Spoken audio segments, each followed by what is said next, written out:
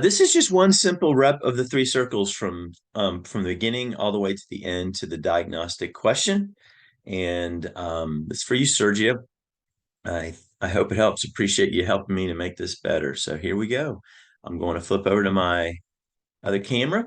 And so what I'm going to do is you're going to notice I'm going to make it a little more conversational, not so transactional. There's a couple places I'll stop. And so what I'm going to do is I'm just going to act like I'm coming out of a conversation with somebody. I hope that gets clear there. There we go. So, hey, I really appreciate you letting me pray for you. And I would love to share with you a story that's changed my life. In fact, I draw it out. It helps me to remember. It's a story somebody told me a long time ago.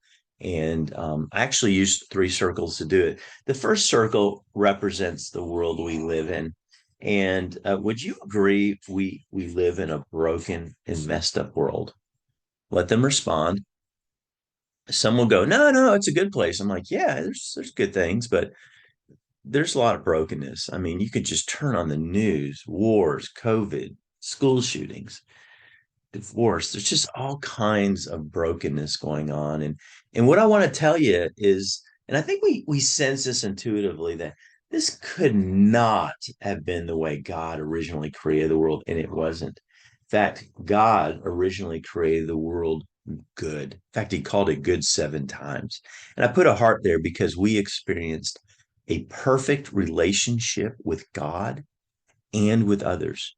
We had perfect bodies, perfect minds. The environment was perfect, no global warming. Everything was pristine. It was right. But unfortunately, it didn't last that way because the first humans, and every human since then, except for one, has chosen to distrust God and they decided to go their own way. And we call that word sin. Have you ever seen that word before? How would you define that word?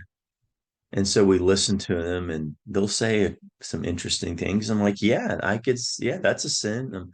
Actually, sin is anything we do when we go our own way, or it's things we should have done, we didn't do.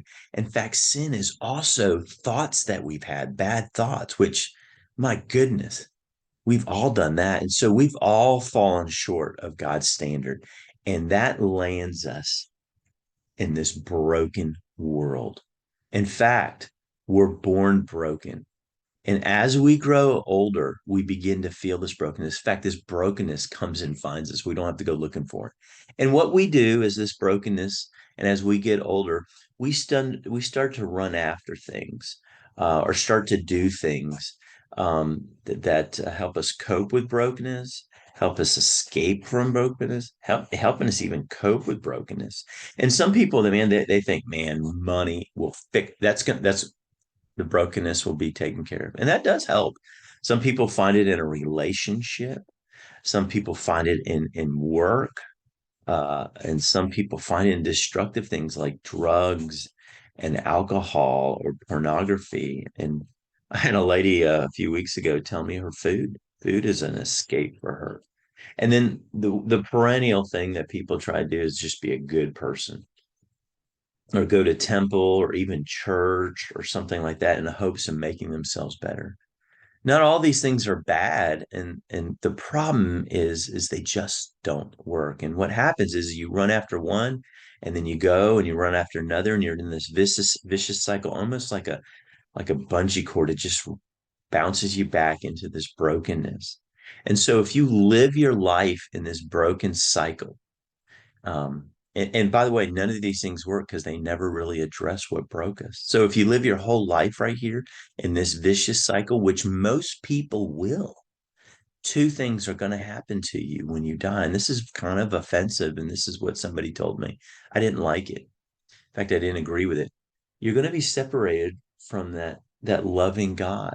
And all that sin that you've committed, which 99.9% of it you got away with, has to be dealt with. And you receive punishment for that sin. And you're separated from God.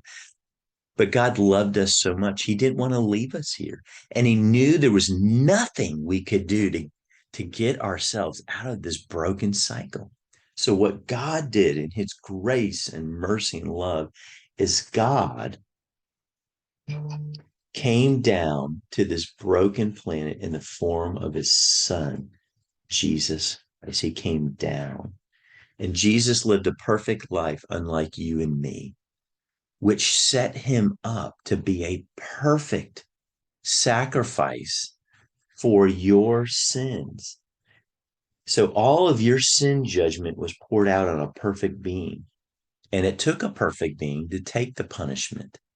And he dies and he's actually buried in the ground. And 3 days later, he rises from the dead.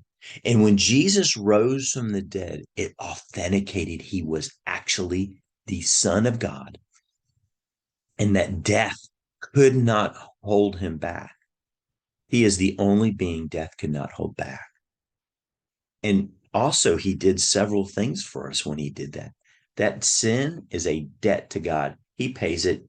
He says, you no longer owe a sin debt. He gives you a doorway out of that broken cycle. Not to say that you won't do these things, but for just different reasons, and gives you a way back to having a restored relationship with God through what Jesus did. Now, this is a gift and it's not automatic. A gift has to be received. And the way you receive this gift is you believe it, not know it, believe it with your heart.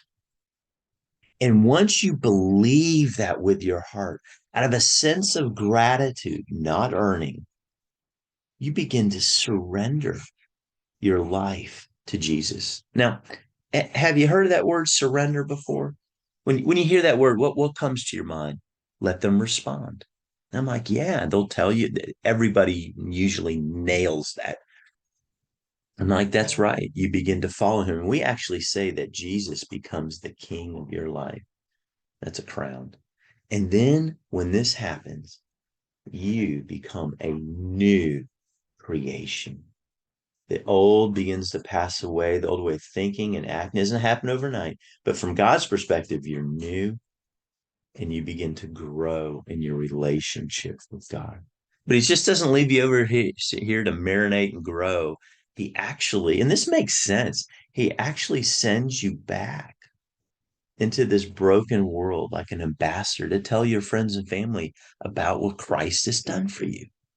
So at the end of the day, there's really only two kinds of people in the world, those over here in a restored relationship with God.